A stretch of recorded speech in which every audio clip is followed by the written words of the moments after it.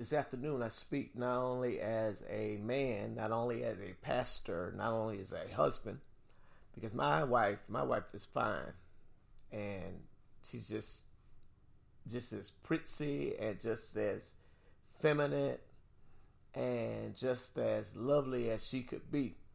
But I am concerned again about the African American woman. I speak from the sociological point of view because, first of all, they already believe that we are inferior when we look at books like The Bell Curve, when we look at other works that they have done. White people look at black people as being inferior. One of the things they did during slavery was they messed up the mechanics of the family so that the woman has no respect for the man, and the black man is the least respected man out of the whole human race. If they were going to give a job, they would give the job to the black woman before they would give it to the man, because they have a innate desire. There's something inside of them that attracts them to the black woman, her shape, her lips, her face, her body, the whole 9 yards. So when we understand that, we've got to understand that we're already looked at as an inferior race. I am convinced, sitting here watching at some of the George Floyd trial, that some things will never be given back to us. Some things will never be acknowledged. Some things will never be paid back to us.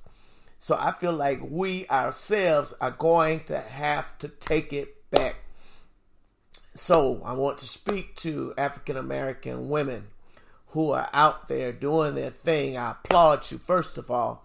But understand that because you are fine, because you are beautiful, because you are gorgeous, because you are attractive, and it doesn't matter whether you are dark chocolate, whether you are light skinned, it doesn't matter. There is beauty in all black women. There is some type of beauty. You can look at them, whether they're, like I said, dark as a berry or light as the sun, and you will find something attractive. And there is something that the other race of people desire. There's something that they want. There is something they like about the African American woman. With that said, we cannot disappoint our race, neither can we disappoint other people.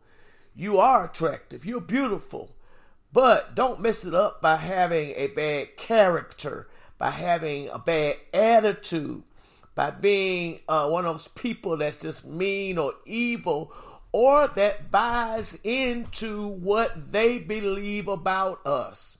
They believe that black women are feisty and fighty, and they're always overbearing. They believe a lot of things that they have been told. These stereotypes do not fit us. These stereotypes are not true. We cannot make them true. You're fine, but don't act ignorant. Don't have a bad vocabulary. Don't sell yourself for short. Don't be out here doing things that you should not be doing.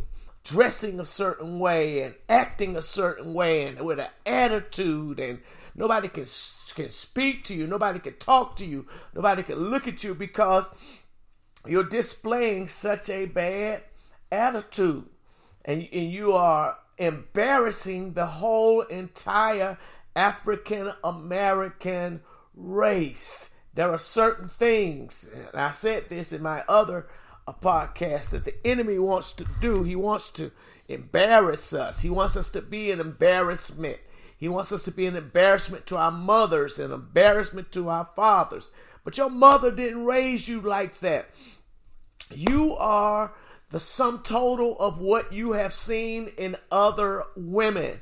It's okay to be pretty. It's okay to take care of your business. It's okay to be attractive. It's okay to be feminine. It's okay to go around and act like a queen, because you are a queen. When we look in the Bible and we look at a lot of those queens and we research them, we find out that a lot of them were African American women who had it going on. You've got to regain your posture, regain your status, regain your attitude, regain your spirit that cannot be broken, so that you return to a place of positivity. You are too fine to be acting like you act, too fine to have an attitude, too fine to be doing some of the things that you do, too fine to be acting whorish and to be just giving away something to people who have no sensitivity and no understanding of who you are and what you are destined for. Don't waste your time. Don't waste your energy on relationships that are not going anywhere with people who don't understand your worth. I will tell you, and I teach this to marriage couples, you can understand how he's going to treat you by how he treats his mother. If he has no respect for his mother, no respect for his grandmothers, no respect for his sisters, he is not going to have any respect for you. So you've got to understand that all of these things are important. You want somebody that's going to take you to a nice dinner. You want somebody that's going to surprise you. You want somebody that's going to treat you like you're the last person on earth. You want somebody to treat you and to open the door and to open the car door and to not let your hand touch it. All of those things are important in a relationship. So I want to share with you, you are too fine for a lot of things that you're putting up with. I see, even when I look around from a sociological standpoint, women being mistreated. You are not a thing. You are a person. You should be treated with all fineness, with all care. You should be treated upstanding. You should be treated like a fine piece of china.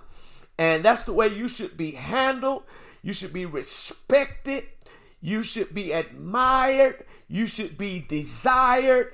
And if you are not, you are in the wrong relationship. And there's nothing wrong with getting out of that relationship and getting into a healthy relationship. You need a healthy relationship in order to produce, in order to be viable, in order to be creative.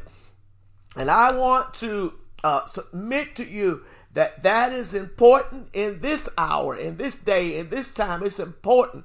It's important for you to be fine. It's important for you to be dressed well. It's important for you to smell well. It's important for your breath to smell well.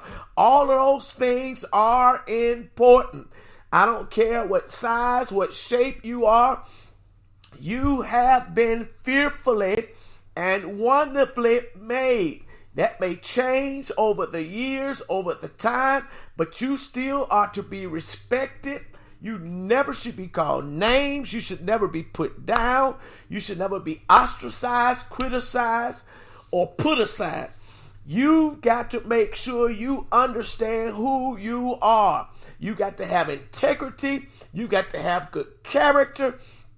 You've got to be the person that God made you. And if you are not with someone who celebrates you, that is a good indication that you need to find somebody else. You don't want to be in a domineering relationship where a man is putting you down or he's telling you what to do. You might have been hurt in your past. You might have been hurt in your last relationship. But understand, there is something better for you. You should not have to fight. You should not have to deal with jealousy. You should not have to deal with frustration in a relationship. Those are indicators that you are not with the correct person. So as I speak to you, even on today, I want to encourage you how important it is and how great it is to be in a relationship. Let him bring you flowers. Let him send you stuff at work. Let him take care of you. Let him show the world that you mean the world to him. And if you do not have that, it is okay to choose somebody else. You want the whole world to know that you are in love. When you all are together, things should be well. And many of you are not, your standard, it has not been set high enough. Your bar is not high enough. Make him come up to where you want him to be. And if he does not dwell in that, find somebody else. It is true. There are many pebbles on the beach. You can do better. You are too fine for some of the stuff that you deal with. Too fine for some of the relationships that you're in. Too fine for some of the stuff you put up with. Too fine to be just milling around, looking frustrated, looking like you lost your last friend. It is important for you to recognize who you are, because if you don't know who you are, you will not be respected as the person that you are. When you know you're not any junk, when you know, don't let anybody make you feel like you can't get anybody else. Men will throw comments at you, you better be glad that I took you in, because ain't nobody else gonna want you. Ain't nobody gonna want you with your children or whatever their comment may be. Those are comments to throw you off, to get you frustrated, to get you perplexed, to get you down, to make you think less of yourself, to make you become frustrated with life and all of the things that are happening in your life. Today is a great day to turn things around. Today is a great day to make some new decisions. Today is a great day for you to get a handle on your life. Today is a great day for you to switch things up. You are too fine to deal with some of the stuff that you're dealing with. And can I be honest, you don't have to deal with it unless you want to deal with it.